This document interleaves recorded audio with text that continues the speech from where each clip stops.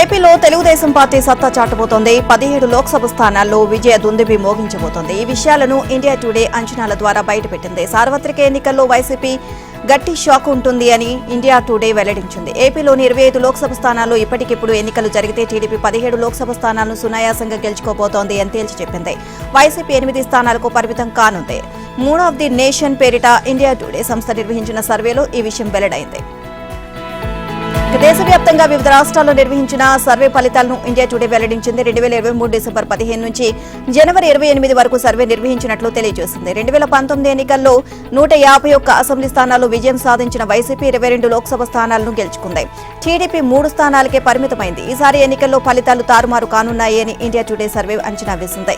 45% ఓటింగ్తో TDP 17 Lok Sabha స్థానాలను గెలుచుకోబోతోంది అని పేర్కొంది. వైసీపీకి 41% ఓటింగ్తో 8 స్థానాలకు పరిమితం కానుంది అని తెలిపింది. ఇక తెలంగాణలో అధికార కాంగ్రెస్ ఈసారి 10 స్థానాలు గెలుచుకునే అవకాశం ఉందని ఇండియా టుడే పేర్కొంది. 17 లోక్సభ స్థానాలకు బీజేపీకి 3, బీఆర్ఎస్ కు 3, మజ్లిస్ 1 సీటు గెలుచుకునే అవకాశం ఉంది అని తెలిపింది. గత ఎన్నికల్లో బీఆర్ఎస్ కు 9, బీజేపీకి 4, కాంగ్రెస్ కు 3, మజ్లిస్ 1 సీటు వచ్చాయి. ఇటీవల జరిగిన అసెంబ్లీ ఎన్నికల్లో గెలుపొందిన కాంగ్రెస్ పార్టీ లోక్సభలోనూ అదే ఒరవడిని కొనసాగిస్తోంది అని ఇండియా టుడే వెల్లడించింది. యువగలం పాదయాత్ర గ్రాండ్ సక్సెస్ కావడంతో టీడీపీ జాతీయ ప్రధాన కార్యదర్శి నారా లోకేష్ మరో పర్యటనకు సిద్దమవుతున్నారు. ఇప్పుడు శంఖారావం పేరుతో ప్రజల మధ్యకు వెళ్లేందుకు రంగం సిద్దం చేసుకుంటున్నారు. ఈ నెల 11 నుంచి శంఖారావం పేరిట ఎన్నికల ప్రచారాన్ని ప్రారంభించనున్నారు. శంఖారావంపై రూపొందించిన ప్రత్యేక వీడియోను ఆ పార్టీ రాష్ట్ర అధ్యక్షుడు అచ్చెన్నాయుడు విడుదల చేశారు. ఉత్తరాంధ్ర నుంచి నారా లోకేష్ శంఖారావం ప్రారంభం అవుతోంది. యువగలం పాదయాత్ర జరిగిన ప్రాంతాల్లో లోకేష్ పర్యటించేలా ప్రణాళికలు ఉంటాయని అచ్చెన్నాయుడు చెప్పారు. ప్రజలు పార్టీ శ్రేణుల్లో చైతన్యం నింపడమే శంఖారావం లక్ష్యమన్నారు. రోజు 3 నియోజకవర్గాల్లో పర్యటన ఉంటుందని ఆయన వివరించారు. సుమారు 50 రోజుల పాటు లోకేష్ పర్యటన సాగుతుంది అని చెప్పారు. ఇచ్చాపురంలో ఈ నెల 11న లోకేష్ తొలి సభ ఉంటుంది. జగన్ పాలనలో మోసపోయిన వారికి భరోసా కల్పిస్తాం అని అచ్చెన్న తెలియజేశారు. శంఖారావం కార్యక్రమం ద్వారా వైసీపీ ప్రభుత్వం అనుసరిస్తున్న ప్రజా వ్యతిరేక నిర్ణయాలను ప్రజల ముందు ఎండగట్టడంతో పాటు టీడీపీ కార్యకర్తల్లో జోష్ నింపేందుకు లోకేష్ నడం బిగిస్తున్నారు. ఏపీలో కొనసాగుతున్న విధ్వంస పాలనపై పోరాడుతూ నారా లోకేష్ చేపట్టిన యువగలం పాదయాత్ర ప్రజల్లో కొత్త చైతన్యం రేకెత్తించింది. అధికార పార్టీ నేతల అవినీతి దౌర్జన్యాలు ఎండగడుతూ 222 రోజుల పాటు 3132 కిలోమీటర్లు సాగిన యువగలం పాదయాత్ర పాలకుల గుండెల్లో రైళ్లు పరిగెత్తించింది. ప్రజలకు అండగా నేనున్నాను అనే భరోసా ఇస్తూ లోకేష్ పాదయాత్ర కొనసాగించారు. అదే స్ఫూర్తితో ఈ నెల 11వ తేదీ నుంచి శంఖారావం పేరుతో నారా లోకేష్ మరో కార్యక్రమానికి శ్రీకారం చుడతారు. తెలంగాణ గవర్నర్ తమిళసై సౌందరరాజన్ కీలక సందేశం ఇచ్చారు. టీఎస్పీఎస్సీ ద్వారా 2 లక్షల ఉద్యోగాల భర్తీకి తమ ప్రభుత్వం కట్టుబడి ఉంది అని తెలియజేశారు. హైదరాబాద్ ను దేశంలోనే కృత్రిమ మేధ ప్రధాన కేంద్రంగా అభివృద్ధి చేస్తామని గవర్నర్ హామీ ఇచ్చారు. 50 నుంచి 100 ఎకరాల్లో ఏఐసిటీ ఏర్పాటు చేస్తామన్నారు. 2000 కోట్లతో ప్రభుత్వ ఐటీఐలను ఆధునిక టెక్నాలజీ సెంటర్లుగా మారుస్తామని అభయమిచ్చారు. క్రీడా రంగంలో రాష్ట్రాన్ని అగ్రగామిగా చేయడమే తమ లక్ష్యమని అన్నారు గవర్నర్ తమిళసై. కుల గణన చేపట్టాలని ప్రభుత్వం నిర్ణయించిందని గవర్నర్ తెలిపారు. తెలంగాణలో శాసనసభ బడ్జెట్ సమావేశాల ప్రారంభం సందర్భంగా ఉభయ సభలను ఉద్దేశించి గవర్నర్ ప్రసంగించారు. పెద్ద ఎత్తున మూసీ రివర్ ఫ్రంట్ అభివృద్ధి పనులు చేపడతామని అన్నారు. ఆ నది మరోసారి హైదరాబాద్ జీవనాడిగా మారుతుంది అని చెప్పారు. ఆర్టీసీలో ఉచిత ప్రయాణం ద్వారా మహిళలు ఇప్పటి వరకు 15 కోట్ల ట్రిప్పులు ప్రయాణించారని గవర్నర్ తెలియజేశారు. పాలమూరు, రంగారెడ్డి వంటి సాగునీటి ప్రాజెక్టులు పూర్తి చేస్తామని హామీ ఇచ్చారు. ధరణి కమిటీ ద్వారా భూ సమస్యలు పరిష్కరిస్తామని అన్నారు. తమ ప్రభుత్వం ఆర్థిక క్రమశిక్షణ, పారదర్శకతను పాటిస్తుంది అన్నారు. గత ప్రభుత్వం నిర్వాహకాలకు శ్వేతపత్రం ద్వారా ప్రజలకు తెలియజేస్తామని గవర్నర్ చెప్పారు. రాష్ట్రంలో ప్రత్యేక నైపుణ్య వర్సిటీలు ఏర్పాటు చేస్తామని అన్నారు. విద్యతో పాటు ఉద్యోగము సాధించేలా యువతలో నైపుణ్యాలు పెంపునకు కృషి చేస్తామని గవర్నర్ తెలియజేశారు. ఎస్సీ, ఎస్టీ, బీసీ, మహిళా, వికలాంగ పారిశ్రామికవేత్తలకు తోడ్పాటు అందిస్తామని అన్నారు. 10 నుంచి 12 ఫార్మా విలేజ్ క్లస్టర్ల ఏర్పాటుకు ప్రభుత్వం చర్యలు చేపడుతుంది అన్నారు. సమగ్ర డిజిటల్ అక్షరాస్యత కార్యక్రమాన్ని ప్రభుత్వం అమలు చేస్తుంది అన్నారు. ఆశా వర్కర్లపై పోలీసులు కర్కశంగా ప్రవర్తించారు. తమ సమస్యలను పరిష్కరించాలని డిమాండ్ చేస్తూ విజయవాడ చేరుకున్న ఆశా వర్కర్ల పట్ల జగన్ ప్రభుత్వం దుర్మార్గంగా వ్యవహరించింది. రాష్ట్ర వ్యాప్తంగా అన్ని జిల్లాల నుంచి విజయవాడ, మంగళగిరి చేరుకున్న వారిని పోలీసులు అరెస్ట్ చేశారు. దౌర్జన్యంగా రోడ్లపై ఈడ్చుకుంటూ వెళ్లారు. వాహనాల ద్వారా పోలీస్ స్టేషన్లకు తరలించారు. ఈ క్రమంలో తోపులాట చోటు చేసుకుంది. విజయవాడలో పలువురు ఆశా వర్కర్లకు గాయాలయ్యాయి. వడ్డేశ్వరంలోని సుందరయ్య విజ్ఞాన కేంద్రంలో సుమారు 100 మందిని పోలీసులు నిర్బంధించారు. కాజా టోల్గేట్ వద్ద 15 మంది అరెస్ట్ చేశారు. పోలీసుల వైఖరిని ఆశా వర్కర్లతో పాటు సిఐటియు నేతలు తీవ్రంగా ఖండించారు. తమ సమస్యలు పరిష్కరించకపోతే ఆందోళన తీవ్రతరం చేస్తామని ఆశాలు రాష్ట్ర ప్రభుత్వాన్ని హెచ్చరించారు. కనీస వేతనం అమలు, పనిభారం తగ్గింపు, రిటైర్మెంట్ బెనిఫిట్స్ అంశాలపై వారు గత కొంతకాలంగా ఆందోళన కొనసాగిస్తున్నారు. మరోవైపు మెగా డిఎస్సీ ప్రకటించాలి అంటూ నిరుద్యోగులు చేపట్టిన చేలో అసెంబ్లీ ఉద్రిక్తతకు దారితీసింది. విజయవాడలో విద్యార్థి సంఘాల నేతలను పోలీసులు అరెస్ట్ చేశారు. నిర్బంధాలతో తమ పోరాటాన్ని ఆపలేరు అని నిరుద్యోగులు మండిపడ్డారు. వచ్చే ఎన్నికల్లో జగన్ను ఇంటికి సాగనంపుతామని నిరుద్యోగులు హెచ్చరించారు. కోడికత్తి కేసు నిందితుడు జనపల్లి శ్రీనివాస్ కు ఎట్టకేలకు బెయిల్ లభించింది. అతడికి హైకోర్టు షరతులతో కూడిన బెయిల్ ను మంజూరు చేసింది. 25,000 పూచీకత్తుతో 2 ష్యూరిటీలు సమర్పించాలని, ప్రతి ఆదివారం ముమ్మిడివరం PS లో హాజరు కావాలని స్పష్టం చేసింది. కేసు గురించి మీడియాతో మాట్లాడవద్దని శ్రీనివాస్ ను ఆదేశించింది. 2018 అక్టోబర్ 25న విశాఖ విమానాశ్రయంలో అప్పటి ప్రతిపక్ష నేతగా ఉన్న జగన్ పై శ్రీనివాస్ దాడి చేశారు. ఈ మేరకు ఆయన పోలీసులు అరెస్ట్ చేశారు. ఈ కేసులో బెయిల్ మంజూరు చేయాలని కోరుతూ నిందితుడు NIA కోర్టులో పిటిషన్ దాఖలు చేశారు. న్యాయస్థానం నిరాకరించడంతో హైకోర్టును ఆశ్రయించాడు. దీనిపై కొద్ది రోజుల క్రితం ఉన్నత న్యాయస్థానం విచారణ చేపట్టింది. జగన్ కోర్టుకు వచ్చి సాక్ష్యం చెప్పకుండా విచారణ ప్రక్రియ ఆలస్యమయ్యేలా చేస్తున్నారు అని పలువురు మండిపడ్డారు. దీంతో నిందితుడు జైల్లోనే మగ్గుతున్నాడు అని పిటిషనర్ తరపు న్యాయవాది ధర్మాసనం దృష్టికి తీసుకొచ్చారు. హత్యాయత్నం కేసులో ఆరోపణలు ఎదుర్కొంటున్న వ్యక్తి ఇంతకాలం జైల్లో ఉండడం సరికాదు అని కోర్టుకు వివరించారు. వాదనలు విన్న ఉన్నత న్యాయస్థానం ఇటీవల తీర్పును కోర్టు రిజర్వ్ చేసింది. తాజాగా శ్రీనివాస్ కు బెయిల్ మంజూరు చేస్తూ ఉత్తర్వులు జారీ చేసింది. ఇదిలా ఉండగా కోడికత్తి కేసులో నిందితుడు శ్రీనివాస్ కు బెయిల్ రావడంపై కుటుంబ సభ్యులు హర్షం వ్యక్తం చేస్తున్నారు. చెయ్యని నేరానికి తన కుమారుడు శిక్ష అనుభవించాడని శ్రీను తల్లి సావిత్రి ఆవేదన వ్యక్తం చేశారు. జైల్లో తన కుమారుడి ఆరోగ్యం పాడైపోయింది అన్నారు. ఎట్టకేలకు న్యాయం జరిగిందని శ్రీనివాస్ సోదరుడు సంతోషం వ్యక్తం చేశారు. కోడికత్తి శ్రీనుకు, ఆయన కుటుంబ సభ్యులకు రక్షణ కల్పించాల్సిన బాధ్యత జగన్ ప్రభుత్వంపై ఉందని వివిధ సంఘాల నేతలు స్పష్టం చేశారు. దళితులు, మైనార్టీలపై జరుగుతున్న అత్యాచారాలు, దాడులకు వ్యతిరేకంగా కోడికత్తి శ్రీను తల్లి సావిత్రి, అన్న సుబ్బరాజుతో పాటు సమతా సైనిక్ దళ్, మైనార్టీ హక్కుల పోరాట సమితి, ఇతర ప్రజా సంఘాలు ఢిల్లీలోని AP భవన్లో ధర్నా నిర్వహించాయి. మైనార్టీ హక్కుల పోరాట సమితి రాష్ట్ర అధ్యక్షుడు మహమ్మద్ ఫారూక్ షిబ్లీ మాట్లాడుతూ జగన్ పాలనలో దళితులకు, మైనార్టీలకు తీరని అన్యాయం జరుగుతోంది అన్నారు. జగన్ కు మనసు ఉంటే కోర్టుకు వచ్చి సాక్ష్యం చెప్పేవారని పలువురు వక్తలు పేర్కొన్నారు. ఆయన శ్రీను కుటుంబ సభ్యులను ఆదుకునేవారు అన్నారు. కోడికత్తి కేసుకు సంబంధించిన అన్ని అంశాలు త్వరలో బయటకు వస్తాయని వైసీపీ రెబల్ ఎంపీ రఘురామకృష్ణంరాజు ఆశాభావాన్ని వ్యక్తం చేశారు. అర్హత లేని వ్యక్తిని అందలమెక్కించిన ఘనత కోడికత్తిది అన్నారు. SC, STలకు AP ప్రభుత్వం చేసినంత అన్యాయం చరిత్రలో ఏ రాష్ట్రమూ చేయలేదు అన్నారు. సమతా సైనిక్ దళ్ రాష్ట్ర ప్రధాన కార్యదర్శి పిల్లి సురేంద్రబాబు మాట్లాడుతూ కోడికత్తి శ్రీనును బలిపశువును చేసి జగన్ సీఎం పదవిని అధిష్ఠించారు అని అన్నారు. CPI రాష్ట్ర కార్యదర్శి రామకృష్ణ ధర్నాలో పాల్గొని సంఘీభావం తెలిపారు. కోడికత్తి శ్రీను కుటుంబానికి అండగా ఉంటామని అన్నారు. ఏపీలో రాజకీయ పార్టీలపైన దాడులకు పాల్పడుతూ జగన్ వ్యవహరిస్తున్న తీరు సిగ్గుచేటు అని ఆగ్రహాన్ని వ్యక్తం చేశారు. దళితుడిని కొట్టి చంపి డోర్ డెలివరీ చేసిన నిందితుడిని జగన్ వెంటేసుకుని తిరుగుతున్నారని ఆరోపించారు. ఏపీసీసీ అధ్యక్షురాలు వైఎస్ షర్మిల ఘాటు వ్యాఖ్యలు చేశారు. ప్రజల పొలాలు, స్థలాలను వైసీపీ ప్రభుత్వం కబ్జా చేస్తోంది అని వైఎస్ షర్మిల ఆరోపించారు. ఇలాంటి పాలన అవసరమో లేదో ప్రజలు ఆలోచించాలి అన్నారు. గుంటూరు జిల్లా తెనాలి మండలం కొలకలూరులో ఆమె పర్యటించారు. సంక్షేమం పేరిట ఒక చేత్తో మట్టి చెంబు ఇచ్చి ఇంకో చేత్తో వెండి చెంబు తీసుకుంటున్నారు అని వైసీపీ నేతలపై ధ్వజమెత్తారు షర్మిల. ఇతర రాష్ట్రాలతో పోలిస్తే ఏపీలో మద్యంతో నిలిచిపోయే వారు ఎక్కువగా ఉన్నారు అని ఆమె అంచనా వేశారు. ఏటా జాబ్ క్యాలెండర్ ఏమైందని ప్రశ్నించారు. ఉద్యోగాల భర్తీ విషయంలో మాట తప్పారని ఆమె ధ్వజమెత్తారు. మెగా డిఎస్సీ కాదు, దగా డిఎస్సీ, ఇది ఎన్నికల స్టంట్ మాత్రమేనని ఆమె వ్యాఖ్యానించారు. ఉద్యోగాలు లేక యువత రాష్ట్రం వదిలి వెళ్లిపోతోంది అన్నారు. పేదలకు 25 లక్షల ఇళ్లు కట్టిస్తాను అన్న జగన్ ఒక్క ఇల్లు అయినా కట్టారా అని షర్మిల ప్రశ్నించారు. రానున్న ఎన్నికల్లో రాష్ట్రం మీ బిడ్డల భవిష్యత్తు గురించి ఆలోచించి ఓటేయాలని ఆమె పిలుపునిచ్చారు. చెత్త ఆలోచనతో ఉన్న ప్రభుత్వం పోతేనే రాష్ట్రం బాగుపడుతోంది అని షర్మిల తెలియజేశారు. ఏపీకి కాంగ్రెస్ మాత్రమే ప్రత్యేక హోదా ఇస్తుంది అన్నారు. రాహుల్ గాంధీ మొదటి సంతకం దానిపైనే అని షర్మిల చెప్పారు. ఇదిలా ఉండగా వైఎస్ఆర్ కడప జిల్లాలో పర్యటించే సమయంలో షర్మిలకు భద్రత పెంచుతామని జిల్లా ఎస్పీ ఒక ప్రకటనలో విడుదల చేశారు. 1+1 స్థానంలో 2+2 భద్రత కల్పిస్తామని పేర్కొన్నారు. షర్మిల అభ్యర్థన మేరకే భద్రత పెంచినట్లు ఎస్పీ స్పష్టం చేశారు. జనసేన నేత మచిలీపట్నం ఎంపీ బాలశౌరి అనుచిత వ్యాఖ్యలు చేశారు. జగన్ ను ఓడించేందుకు జనం సిద్ధంగా ఉన్నారని తెలియజేశారు. రాష్ట్రంలో జరుగుతున్న ఇసుక దోపిడీపై ఆయన వ్యాఖ్యలు చేశారు. ఏపీలో ఇసుక విధానం జగన్ దోపిడీ కోసమే అన్నట్లుగా ఉంది అన్నారు. తరచుగా ఇసుక పాలసీని మార్చి కృత్రిమ కొరత సృష్టించి భవన నిర్మాణ కార్మికులకు పనులు లేకుండా చేశారని ధ్వజమెత్తారు. జేపీ సంస్థతో పాటు మరికొన్ని సంస్థలు సబ్ కాంట్రాక్టర్లు తీసుకున్నాయని ఆయన వివరించారు. కొన్ని జిల్లాల్లో వైసీపీ నాయకుల ఆధ్వర్యంలో తవ్వకాలు జరుగుతున్నాయని బాలశౌరి ఆవేదన వ్యక్తం చేశారు. బంగారం ధర తగ్గుతుందేమో కానీ ఇసుక ధర మాత్రం తగ్గడం లేదు అన్నారు. పర్యావరణ అనుమతులు లేకుండానే తవ్వకాలు జరుగుతున్నాయని వాపోయారు. పేదలకు పెత్తందారులకు పోరాటం అని చెప్పే జగన్ రీచ్లపై ఆధారపడిన పేదల ఆదాయానికి గండి కొట్టారని ఆరోపించారు. కార్పొరేట్ సంస్థ ద్వారా వందల కోట్లు జేబులో వేసుకుంటున్నారని బాలశౌరి ఆవేదన చెందారు. రాష్ట్రంలో అనుమతులు లేకుండా ఇసుక తవ్వకాలు జరుగుతున్నాయని బాలశౌరి ఆరోపించారు.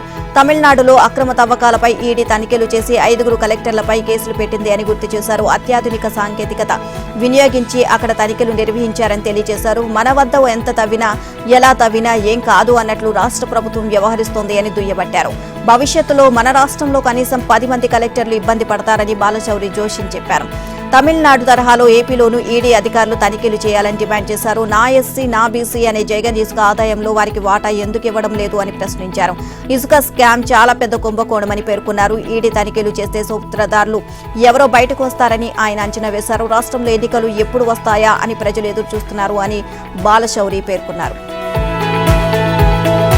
వైసీపీ అధినేత సీఎం జగన్మోహన్ రెడ్డి ఢిల్లీ వెళ్లారు. చంద్రబాబుతో బీజేపీ పెద్దలు చర్చలు జరిపిన మరుసటి రోజే జగన్ ఢిల్లీ వెళ్లడం ఏపీలో రాజకీయం వేడెక్కుతోంది. ప్రత్యేక విమానంలో దేశ రాజధానిలో జగన్ వాలిపోయారు. వచ్చి రాగానే కేంద్ర హోంమంత్రి అమిత్ షాను కలుసుకునేందుకు సమయం కోరారు. ఆయన ఇతర వ్యవహారాల్లో తలమునకలై ఉన్నారు. కుదిరితే నేడు సమయం ఇస్తారని హోంమంత్రి వ్యక్తిగత సిబ్బంది చెప్పినట్లు తెలుస్తోంది. ఇవాళ సాయంత్రం వరకు జగన్ ఢిల్లీలోనే వేచి ఉంటారు. ఈ విషయాన్ని అధికార వర్గాలు తెలియజేశాయి. ఇటీవల చంద్రబాబుతో కేంద్ర హోంమంత్రి అమిత్ షా బీజేపీ జాతీయ అధ్యక్షుడు జేపీ నడ్డా చర్చలు జరిపారు.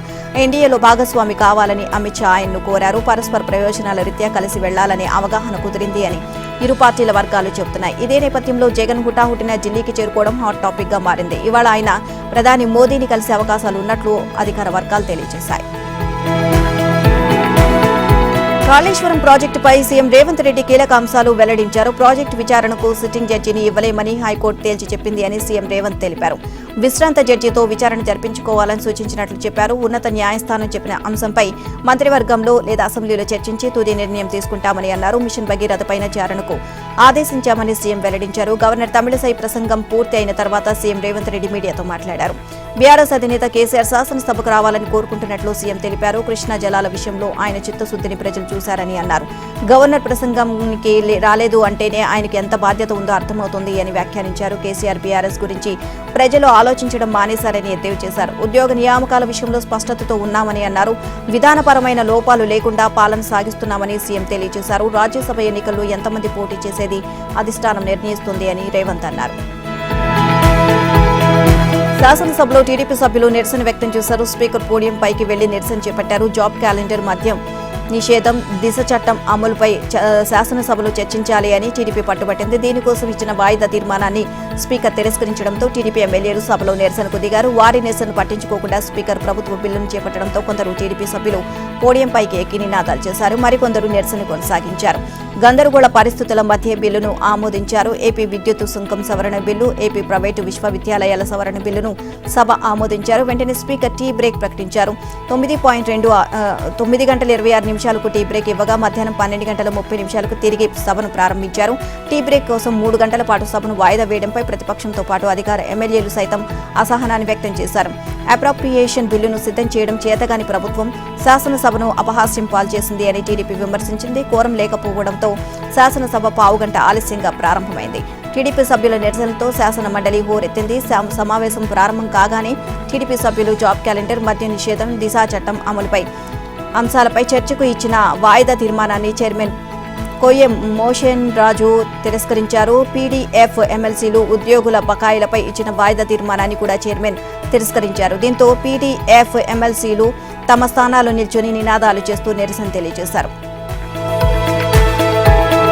ఉమ్మడి గుంటూరు జిల్లాలో మెజారిటీ సీట్లలో టీడీపీ అభ్యర్థులపై కసరత్తు కొలిక్కి వచ్చింది. మొత్తం 17 సీట్లు ఉండగా 12 స్థానాలకు అభ్యర్థులు ఖరారయ్యారు. అభ్యర్థులు ఖరారైన 12 సీట్లలో 8 చోట్ల గత ఎన్నికల అభ్యర్థులే మళ్లీ పోటీ చేయనున్నారు. 4 చోట్ల కొత్త వారు బరిలో దిగుతున్నారు. మంగళగిరిలో నారా లోకేష్, వేమూరులో నక్క ఆనందబాబు, పొన్నూరు ధూళిపాళ నరేంద్ర కుమార్ ఎన్నికల బరిలో ఉంటారు.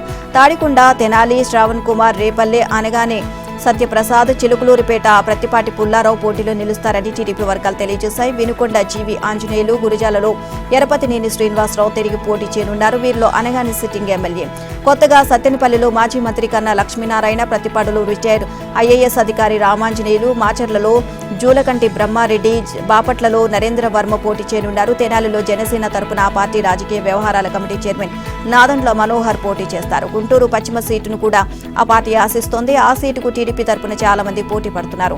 ఇక్కడ కోవెలమూడి రవీంద్ర ఇన్ఛార్జిగా ఉన్నారు. మాజీ మంత్రి ఆలపాటి రాజేంద్ర ప్రసాద్, డాక్టర్ శేషయ్య, వెంకటేష్ యాదవ్ పోటీ పడుతున్నారు. మన్నవ మోహన్ కృష్ణ, డేగల ప్రభాకర్, శనక్కాయల రాజకుమారి కూడా అదే సీటును ఆశిస్తున్నారు. అదే సీటును జనసేన నుంచి బోనబోయిన శ్రీనివాస్ యాదవ్ కోరుతున్నారు. గుంటూరు తూర్పు సీటును ముస్లింలకు ఇవ్వాలని టీడీపీ నాయకత్వం ప్రాథమికంగా నిర్ణయించింది. బీఆర్ఎస్ కు షాక్ మీద షాక్ తగులుతోంది. హైదరాబాద్ లో బీఆర్ఎస్ పార్టీకి జీహెచ్ఎంసీ మాజీ డిప్యూటీ మేయర్ బాబా ఫజీయుద్దీన్ రాజీనామా చేశారు. తెలంగాణ కాంగ్రెస్ ఇన్ఛార్జ్ దీపా మున్షీదాస్ సమక్షంలో కాంగ్రెస్ తీర్థం పుచ్చుకున్నారు. కేటీఆర్ తీరుపై కొంతకాలంగా తీవ్ర అసహనంలో ఉన్న ఆయన పార్టీని విడుతున్నట్లు ప్రకటించారు. ఇక ఉద్యమకారులకు పార్టీలో ప్రాధాన్యం లేదు అని ధ్వజమెత్తారు. జూబ్లీహిల్స్ ఎమ్మెల్యే మాగంటి గోపీనాథ్తో ప్రాణహాని ఉంది అని చెప్పినా సరే బీఆర్ఎస్ అధిష్టానం పట్టించుకోలేదు అని ఫజీయుద్దీన్ వాపోయారు. ఇదిలా ఉండగా వికారాబాద్ జెడ్పీ చైర్పర్సన్ సునీత మహేందర్ రెడ్డి, ఆమె భర్త ఎమ్మెల్సీ పట్నం మహేందర్ రెడ్డి తాజాగా సీఎం రేవంత్ రెడ్డిని కలిశారు. వారిద్దరూ మర్యాదపూర్వకంగా సీఎంను కలిసినట్లు సీఎం కార్యాలయం వెల్లడించింది. వైద్య ఆరోగ్య శాఖ మంత్రి దామోదర రాజనరసింహ, డీసీసీ అధ్యక్షుడు రోహిన్ రెడ్డి తదితరులతో కలిసి సీఎం నివాసానికి వెళ్లిన మహేందర్ రెడ్డి దంపతులు ముఖ్యమంత్రితో ప్రత్యేకంగా భేటీ అయ్యారు. సీఎం సలహాదారు వేం నరేందర్ రెడ్డి కూడా వీరితో పాటు ఉన్నారు. కొడంగల్ సభలో వారు కాంగ్రెస్ లో చేరే అవకాశం ఉంది. చేవెళ్ల పార్లమెంట్ స్థానం నుంచి కాంగ్రెస్ తరపున సునీత మహేందర్ రెడ్డి పోటీ చేయనున్నారు అనే ప్రచారం కూడా ఊపందుకుంది.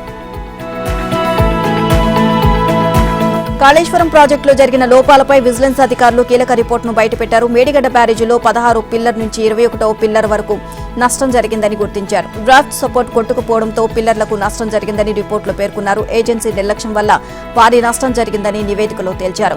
మేడిగడ్డ ఆనకట్ట కుంగుబాటుకు సంబంధించి దర్యాప్తు జరిపిన విజిలెన్స్ అండ్ ఎన్ఫోర్స్మెంట్ విభాగం లోపాలను ఎత్తిచూపింది. 5 సీజన్లు పూర్తయినా కాఫర్ డ్యామ్ తొలగించలేదు అని తెలియజేసింది. కట్ ఆఫ్ వాల్స్ రాఫ్ట్ మధ్య అనుసంధానం డ్రాయింగ్స్ ప్రకారం లేదు అని స్పష్టం చేసింది. 7వ బ్లాక్లోని 16 నుంచి 21వ పియర్స్ వరకు పగుళ్లు ఉన్నాయని వివరించింది. 3D నమూనాకు అనుగుణంగా అప్ స్ట్రీమ్, డౌన్ స్ట్రీమ్ భారాన్ని సరిచేయలేదు అని విజిలెన్స్ తెలియజేసింది. ఆనకట్టుకు ఎలాంటి మెయింటెనెన్స్ చేపట్టలేదు అని విజిలెన్స్ పసిగట్టింది.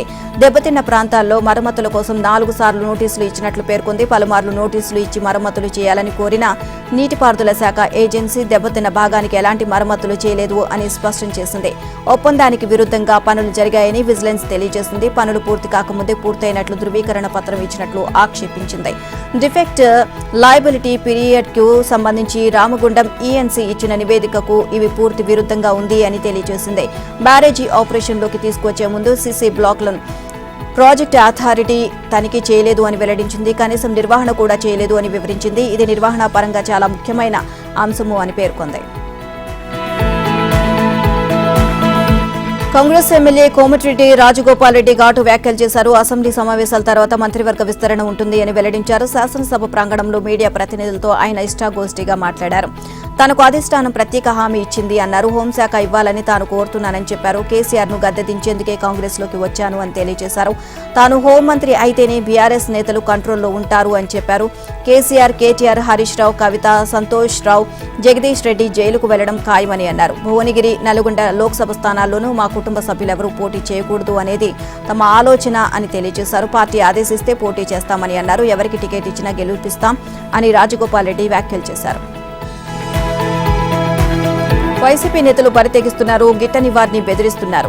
ఎదురొచ్చిన వారిని వేధిస్తున్నారు. ఏపీలో జరుగుతున్న ఉదంతాలు, ఉదాహరణలు అందుకు అద్దం పడుతున్నాయి. ఏపీ కార్మిక శాఖ మంత్రి గుమ్మనూరు జయరాం, ఆయన సోదరులు బెదిరింపు కాల్స్ సోషల్ మీడియాలో దుమారం రేపాయి. అరికెర వైసీపీ కార్యకర్త వీరేష్ కు మంత్రి జయరాం గట్టి వార్నింగ్ ఇచ్చారు. ఆ సమయంలోనే ఆడియో కాల్ లీక్ అయి వైరల్ గా మారింది. ఇక అత్యుత్సాహంతో స్పీడ్ గా వెళితే బ్రేకులు పడతాయి, జాగ్రత్త అంటూ వార్నింగ్ ఇచ్చారు. నాటకాలు ఆడొద్దు, నీకే ఇది లాస్ట్ అండ్ ఫైనల్ అంటూ మంత్రి జయరాం సీరియస్ అయ్యారు.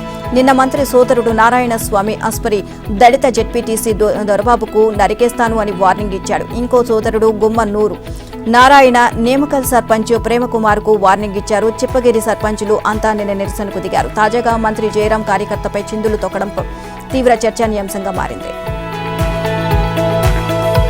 సికింద్రాబాద్ అల్వాల్లో డీసీఎం వ్యాన్ బీభత్సాన్ని సృష్టించింది. అల్వాల్లోని ఓ సూపర్ మార్కెట్ కు సరుకులతో వచ్చిన డీసీఎం అదుపు తప్పింది. ఒక్కసారిగా పాదచారులపైకి దూసుకొచ్చింది. అదే సమయంలో తల్లితో పాటు నడుచుకుంటూ వెళ్తున్న తిరుపాల్ను ఢీకొట్టింది. తీవ్రంగా గాయపడిన బాలుని ఆసుపత్రికి తరలించగా చికిత్స పొందుతూ మృతి చెందాడు.